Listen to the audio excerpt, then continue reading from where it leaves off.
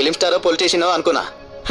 చిన్న వయసులో కంపెనీ పెట్టి అంత పెద్ద గవర్నమెంట్ డీల్ ని చాలా తెలివిగా దక్కించుకున్నారని ఇప్పటిదాకా మీ మీద నాకు గౌరవం ఉండేది.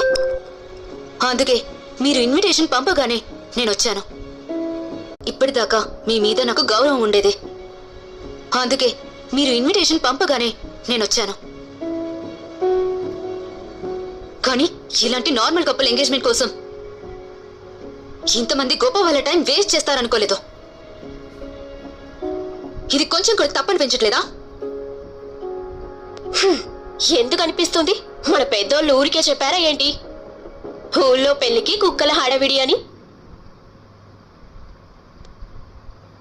ఊళ్ళో పెళ్లికి కుక్కల హడావిడి అని. అను, మైండ్ యువర్ వర్డ్స్.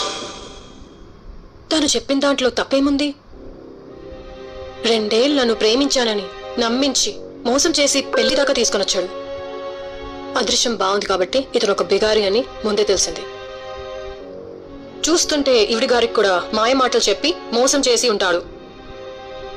వీటి చేతిలో మోసపోయిన తర్వాత నా కూతురికో సంబంధం తేవడానికి నేను పడ్డ కష్టాలు అన్నీ ఇన్ని కాదు. నేను చూస్తుంటే జాలేస్తుంది. ఇలాంటి వాడికి పిల్లని ఎవ్వరు కాబట్టి వెనక ముందు ఎవ్వరు లేని నీలాంటి అమ్మని బుట్టలో వేసుకున్నాడు. ఇప్పటికైనా మించిపోలేదమ్మా.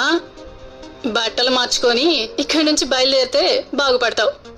చూడండి, నేను చెప్పేంత వరకు ఒక్క మాట కూడా మాట్లాడుకో. ఇంత అందమైన అమ్మాయితో ఎంగేజ్మెంట్ పెట్టుకొని నా వెంట పడ్డావంటే అసలు నీ క్యారెక్టర్ ఏంటి? నన్ను కూడా మాయ చేయాలని చూశాడు. కానీ పాపం వర్కౌట్ అవ్వలేదు. అంటే నాతో కలిపి 4. ఇంతమంది అమ్మాయిల్ని బొట్టులో వేసుకొని ఏం చేయాలనుకుంటున్నావు? అవసరమైతే ప్రాజెక్టుల కోసం క్లయింట్స్ కి ఎరవేస్తాడు.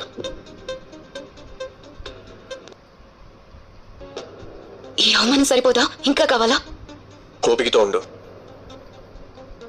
అన్ని ప్రశ్నలకు సమాధానం దొరికే టైం వచ్చింది. ఇంతమంది అమ్మాయిల వెంట పడుతూ కూడా అంత పెద్ద పెద్ద ప్రాజెక్టులు పట్టుకున్నావంటే ఇప్పుడు అర్థమవుతోంది నువ్వు నీ తెలివి కాకుండా ఇంకేదో వాడుతున్నావని. థ్యాంక్ గాడ్ మీ కంపెనీ ప్రమోషన్స్ లో నేను పార్టిసిపేట్ చేయలేదు. అదే మంచిదైంది. లేదంటే నా లైఫ్ కూడా స్పాయిల్ అయ్యేది. అమ్మో, తలుచుకుంటేనే భయం వేస్తుంది. నోటికి వచ్చినట్టు మాట్లాడకండి. గొప్ప వాళ్ళని మీరు అనుకుంటే సరిపోదు, అది మీ బిహేవియర్ కూడా చెప్పాలి. ఒక ఫంక్షన్కి అతిథులుగా వెళ్ళినప్పుడు ఎలా బిహేవ్ చేయాలో కూడా తెలియని మీరు గొప్ప వాళ్ళు ఎలా అవుతారు? మా బిహేవియర్ గురించి మాట్లాడుతున్న మీరు ఇంత పెద్ద ప్రాజెక్ట్ని ఈశ్వర్ బిల్డర్